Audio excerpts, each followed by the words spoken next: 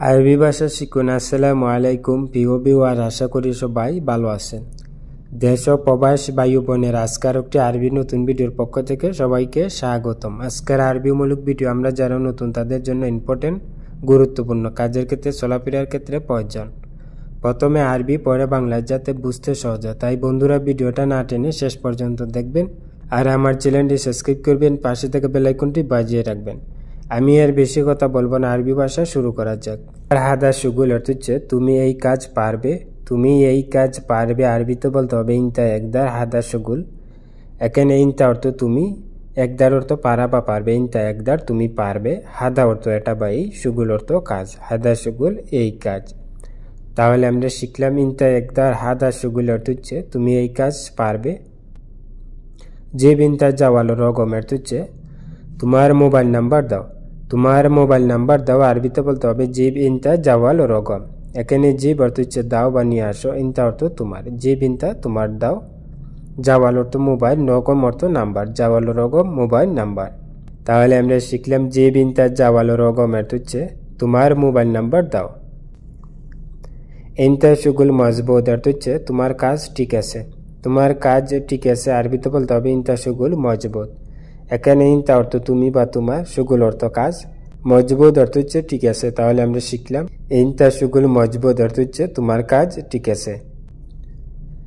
নাদাফা হাজাল মাকান অর্থ হচ্ছে এই জায়গা পরিষ্কার করো, এই জায়গা পরিষ্কার করা। আরবিতে বলতে হবে নাদাফা হাজাল মাকান।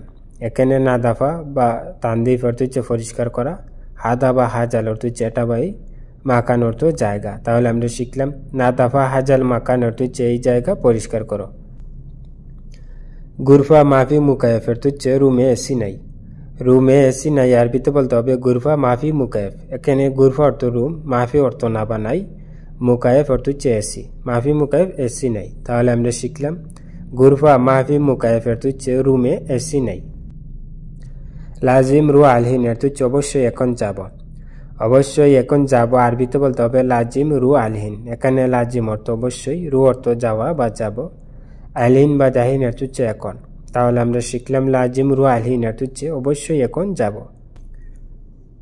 হুয়া সাবি সুগুল অর্থ হচ্ছে সে কাজ করে, সে কাজ করে। আরবিতে বলতে হবে হুয়া সাবি সুগুল। এখানে হুয়া অর্থ সে, সাবি অর্থ করা বা করে, সুগুল অর্থ কাজ। তাহলে আমরা শিখলাম হুয়া সাবি সুগুল অর্থ হচ্ছে সে কাজ করে। আনা কাল্লাম তু হুয়া অর্থ হচ্ছে আমি তাকে বলেছিলাম, আমি তাকে বলেছিলাম। আরবিতে বলতে হবে আনা কাল্লাম তু হুয়া। এখানে আনা অর্থ আমি, কাল্লাম অর্থ কথা বলা, কাল্লাম তু বলেছিলাম, হুয়া অর্থ সে বা তাকে। তাহলে আমরা শিখলাম আনা কাল্লাম তু হুয়া অর্থ হচ্ছে আমি তাকে বলেছিলাম।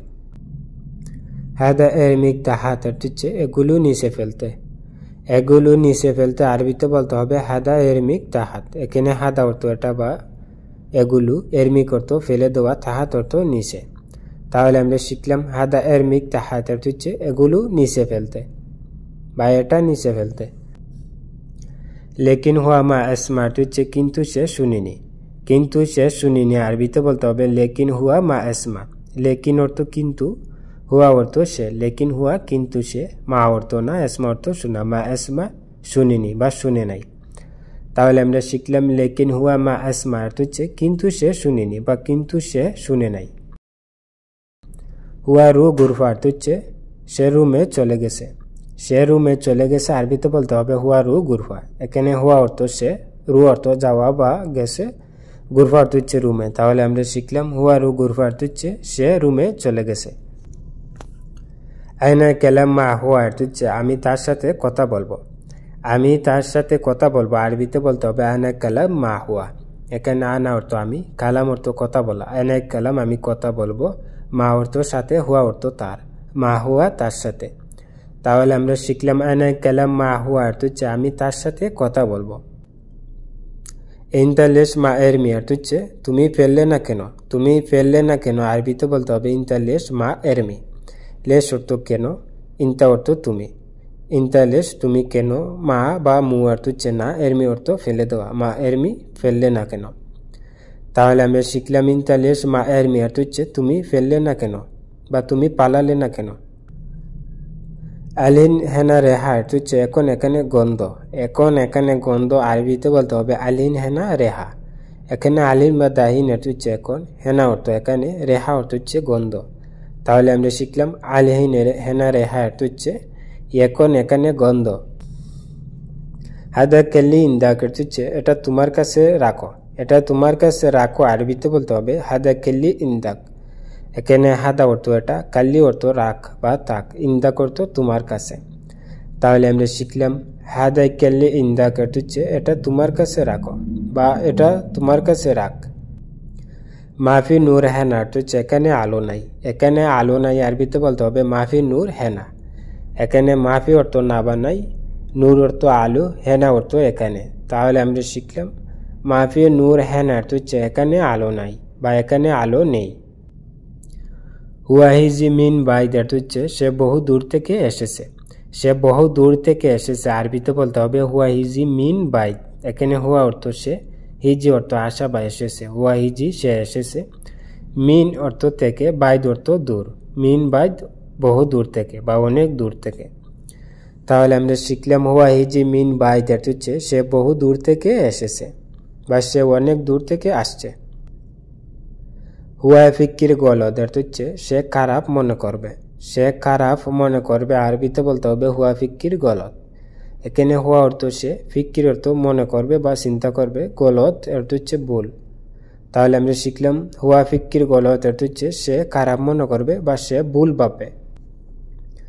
হাদা কালাম মুকয়েস অর্থ হচ্ছে এটা ভালো কথা না, এটা ভালো কথা না আরবিতে বলতে হবে হাদা কালাম মুকয়েস। এখানে হাদা অর্থ এটা, কালাম অর্থ কথা, হাদা কালাম এটা কথা বা এমন কথা, মু অর্থ না, কয়েস অর্থ ভালো, মুকয়েস ভালো না বা মুজিন ভালো না। তাহলে আমরা শিখলাম হাদা কালাম মুকয়েস অর্থ হচ্ছে এটা ভালো কথা না বা এমন কথা ভালো না।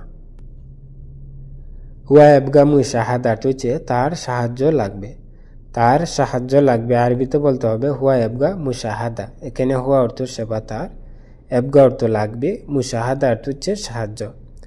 তাহলে আমরা শিখলাম হুয়া এবগা মুশাহাদা অর্থ হচ্ছে তার সাহায্য লাগবে।